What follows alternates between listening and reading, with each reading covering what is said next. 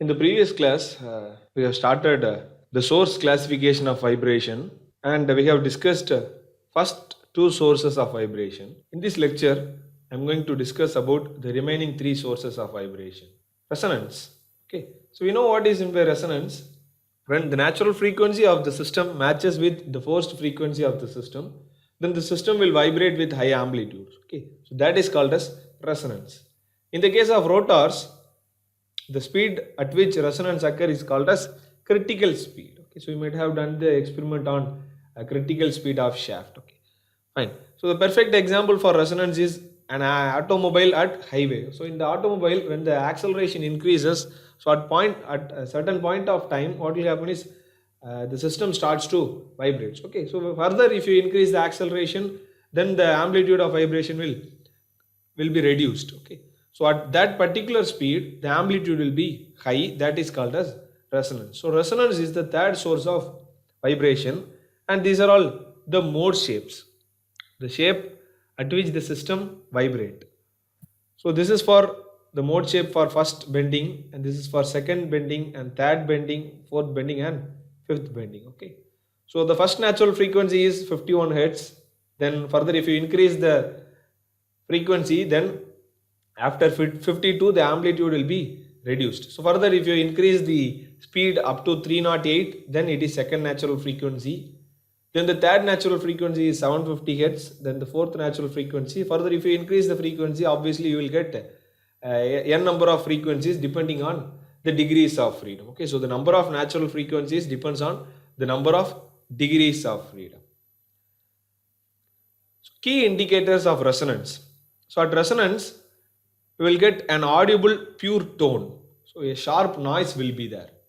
Then the second one, at time domain, we will see a clear sine wave. So you can see that a clear sine wave will be visible in the time domain with some high amplitude.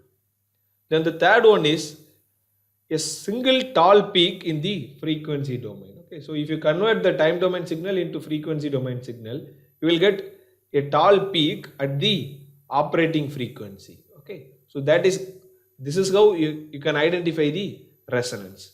There are two tests are there to identify the resonance. The first one is the bump test, and the second one is watching the spectrum when the speed varies. So first, what is bump test? Okay, so you can see the image. So the red color is the system. For that, I have to find out the natural frequency. What I am going to do is I am going to fix an accelerometer in that. I am going to monitor the time domain plot and the frequency domain plot. Then an impact hammer that is connected with the analyzer. So I'm going to apply some impact force on the system by using the impact hammer. Okay, we know that at free vibration the system will vibrate at its natural frequency. So I'm going to apply a single impact on the system and the system starts to vibrate. Okay, so that is called as free vibration. And if you monitor, if you take the vibration readings of the system, then this will be the vibration readings. Okay, so this readings denotes that the system is vibrating at its natural frequency, because we know that at free vibration the system will vibrate at its natural frequency. So further, if you convert this time domain signal into a frequency domain, so most of the modern days analyzers coming with the frequency domain spectrum itself. So you can change the time domain plot into frequency domain plot in the analyzer itself. Okay, so if you convert the plot, then you can see a tall peak value. So if you see the corresponding hertz, then that will be its natural frequency. Okay, so this is called as bump test. Then the second one is watching the spectrum when speed varies. Okay, so this experiment is also called as experimental modal analysis. So this is the structure. For this, I have to find out the natural frequency. So this structure is fixed in a spring, so that there should be no connection between the structural and the foundation. A shaker is used to induce the vibration. Okay, so the transducer is used to measure the vibration. The shaker is used to induce the vibration. A shaker or amplifier is connected with the shaker, and the transducers are connected with this structure to record the vibration signal. So then the signal is transmitted to the FFT analyzer, so where the signal is converted into frequency domain. Okay, So initially what I'm going to do is I'm going to increase the frequency of the vibration, in frequency and amplitude of vibrations. For example, I'm going to start from 0 hertz. Okay, so I'm going to start from 0 hertz, then 5 hertz, then 10 hertz. Further, we are increasing the frequency. So at a particular point, what will happen is, and parallelly we are looking into the frequency spectrum. Okay, so at particular point, for example, let us consider 40 hertz. So at 40 hertz, if you see the frequency domain plot, then you will get a high peak value. If you reduce the frequency to 35 hertz, then the amplitude will reduce. If further, if you increase the frequency to 40 or maybe for around 40, then you will get a tall peak value at the frequency domain signal. So that is the first natural frequency. So further I am going to increase the frequency to 45, then the amplitude will reduce. Further, maybe at the second mode, maybe we can consider it as maybe 78x or 80 hertz, you will get another peak value, then that is the second natural frequency. Okay, so further if you increase the frequency, then we will get the remaining natural frequencies. Okay, so this experiment is called as experimental modal analysis. So this is the second method to identify the natural frequency. So in most of the automobile industries, the dynamic analysis of the bikes or cars are done by using this method. Okay, so they will suspend the bikes and cars in a spring platform, and they will increase the frequency. Okay, so at particular point of time they will measure the natural frequency, and that natural frequency of the bike or car should not match with the forced frequency, that is the frequency generated in the engine. Okay, so that is how they are doing the dynamic analysis of the automobiles. Then the fourth one is self-excited vibration. So if the vibration if the vibration starts automatically, then it is called as self-excited vibration. So the example is the bridge vibration. So because of the air force or wind force, the bridge starts to vibrate automatically. So that is called as self-excited vibration. Okay, so in the self-excited vibration, the amplitude is increasing until any external effects are reducing the further increase. Okay, then the next example is in vehicle clutches and brakes. So in the vehicle, the clutch is used to engage and disengage the power from the gearbox to, from the engine to the gearbox. So during that operation, a clutch plate is used. Okay, so in that clutch plate, because of the friction, the power is actually transmitted. But because of the friction, there is some vibration is induced in the clutch plate or in the brake pad. So that vibration is called as self-excited vibration. Okay, and if you rotate, if you connect two pulleys with the help of flat belt drive, some of the time you can see the self-excited vibration. The belt starts to vibrate in the transverse direction. Okay, so these are all some example for self-excited vibration. So the self-excited vibration can be classified into two. One is stable vibration and the another one is unstable vibration.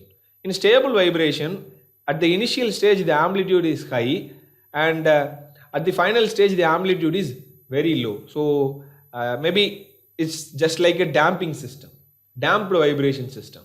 In the case of unstable vibration, at the initial stage the amplitude is low and the amplitude is further increasing. So this is the most dangerous one. The amplitude will increase up to failure. So we have to control the system. So that is very important. So most of the bridges will collapse because of this unstable self-excited vibration. So in the first lecture I have shown you some examples of bridge collapse. So that bridge collapse is because of this unstable vibration. Then the last one is flow induced vibration. Okay, so if the vibration is generated by the fluid passing over a surface or an object, then the vibration is induced on the object. So that vibration is called as flow induced vibration. So you can see the flow induced vibration in the tall chimneys, then your submarine periscopes. So this is the periscope of the submarine. So while the seawater flows around the periscope, what will happen is vibration is generated. Okay, so because of this vibration, the submarine periscope will vibrate. Okay, so that is the most dangerous one. And the electrical transmission lines. Okay, so you can see that in high tension cables, because of the wind flowing around the line, what will happen is the uh, wire will vibrate. Then the last one is nuclear fuel rods. Okay, in the reactor, the nuclear fuel rods will vibrate. Then, as we discussed in the first unit, the basic flow induced vibrations are water or oil flowing inside the pumps or compressors or your pipelines. If the turbulence is generated, then that will produce the flow induced vibration. So galloping is an important example for flow induced vibration in the case of transmission lines. Okay, so consider this as a transmission wire. So this is the wind velocity. If the wire has a uniform cross section, then the wind velocity direction will be equal to the resultant wind force. So the system will not vibrate. Okay. So in case if any downward force is exerted on the wire, then the downward force U is induced because of any external force. Okay, so if any downward force is induced on the wire, then the resultant wind velocity will move in the upward direction, and the wind will try to move the wire to the upward direction if the surface, I mean, if the circumference of the wire is uniform. Okay, so during that time, these two will be equated, and we will get a resultant wind force in the upward direction. That resultant will stop the vibration or stop the downward motion. So if the surface is uniform, in some of the cases the ice will cover the wire, so that is called as galloping. Okay, so if the ice covers the electrical transmission lines, then it will vibrate with very low vibration, maybe around 1 to 2 hertz. That is called as galloping. So during this operation, if any external force is acting in the downward direction, then since the surface is not uniform, then the resultant wind force will not be symmetric, or it will not move in the upward direction. Sometimes it will move in the downward direction. So if it moves in the downward direction, then it will not resist the motion, it will amplify the motion, and the system starts to vibration. Okay, so this is an important thing for your electrical transmission lines. Then the vortex shading. Okay, so in fluid dynamics, if the flow is passing over a bluff body means the body is separating the flow into two halves, then the vortex shading takes place. Okay, so these are all the vortex shading. So this will depend on two things. One is the size and the shape of the body. So this will induce the vibration. There are two types of vortex shadings are there. The first one is Reynolds number 60 to 500. So in this case, the vortexes are called as Karman vortices. Okay, so here you can see that this is the flow velocity. In this Karman vortices, since the Reynolds number is low, then the vortex shading on the upside and in the downward direction is uniform. Okay, so these two will be neglected, and we will not get any cross flow or turbulence.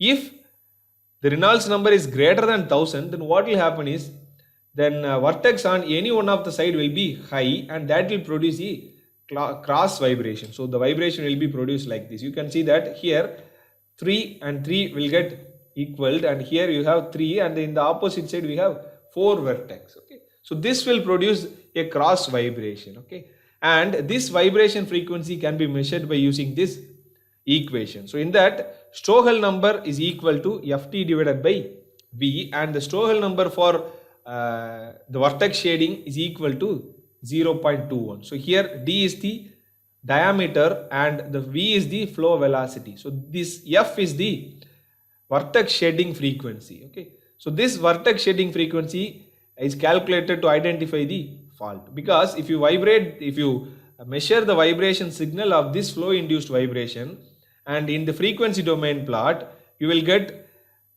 a peak at 2 FST, that is vortex shading. Okay, 2x FST. So if the peak occurs at 2s of the vortex shading frequency, then it comes under this flow induced vibration. So this is the case 1, vibration because of vortex shading. And the second case is turbulence jet. Okay, so the turbulence is generated in the fluid path if any disturbance is found on the flow path. Okay, so if the vibration is because of turbulent jet, then you can see that this is your frequency domain plot. You will get a curve like frequency domain, and the maximum amplitude occurs at, that is the maximum amplitude is proportional to the vortex shading frequency. Okay, so if you calculate the vortex shading frequency and if you got a frequency like this, then it is because of the turbulence jet. And the third case is propeller. Okay, so in the propeller, because of the blades, you will get harmonics of the vortex shading frequency. Okay, so for example, if the blade has if the propeller has 4 blades, then you will get 4 harmonics. Okay, so this depends on two things. One is the number of blades and the rotational frequency. Okay, the vortex shading frequency for propeller can be calculated by using these two, okay, K and FO. Then the whistle sound. Okay, so if the flow is not too turbulent, what will happen is the vortex shading will be primary and that matches with the shedding frequency. Okay, so because of this the flow, because of this turbulent flow, a whistle sound is produced. For example, if the vortex shading frequency matches with the resonant frequency of the system, then that will result to the self-excited system vibration, and the system will vibrate with self-excited vibration. So there are some examples of whistling sound. You can see that in the garden trimmer, the whistle sound is produced because the flow is not too turbulent. And here in the planing machine, because of this empty space in between the blade and the fixture, the whistle sound is produced. You can fix some rubber in the cavity to reduce the whistle sound, or otherwise to reduce the whistle sound you have to increase the degree of vortex shading, because if the flow is completely turbulent, then the whistle sound will not be produced. The reduction of flow induced vibration. The first one is Stockbridge damper. Okay, so this is for a steel chimney. So to reduce the flow induced vibration, you can connect a guy cable, and in that you can use a vibration damper, okay, to damp the vibration system. Then for your electrical transmission line, then you can use a standard steel cable, and we can attach 2 masses on the opposite direction to change its natural frequency. So that's how we can adjust reduce the vibration in the transmission lines. Then in the case of chimneys, the helical spoilers are used. So the helical spoilers are used in the tall chimneys to redirect the flow. Okay, so this will redirect the flow. The flow will come like this and it will go in the opposite direction. So it will not produce much turbulence. So this is how we can reduce the vibration. The last one is in high speed racing cars, the vibration is generated if there is no spoiler. So if there is no spoiler, what will happen is the turbulence is generated in the rear side. Okay, so if we can introduce some spoilers, then that will reduce the turbulence and the pressure difference. Okay, but if you introduce some spoilers, then that will increase the drag force, because if the spoiler is in the 45-degree direction, so the drag force is increased. Okay, so somehow we have to sacrifice some amount of drag force to reduce this turbulence generated. Okay, so these are only some of the method to control the flow induced vibration. Okay, so far we have discussed 5 sources of vibration, how to identify the sources and how to control the vibration.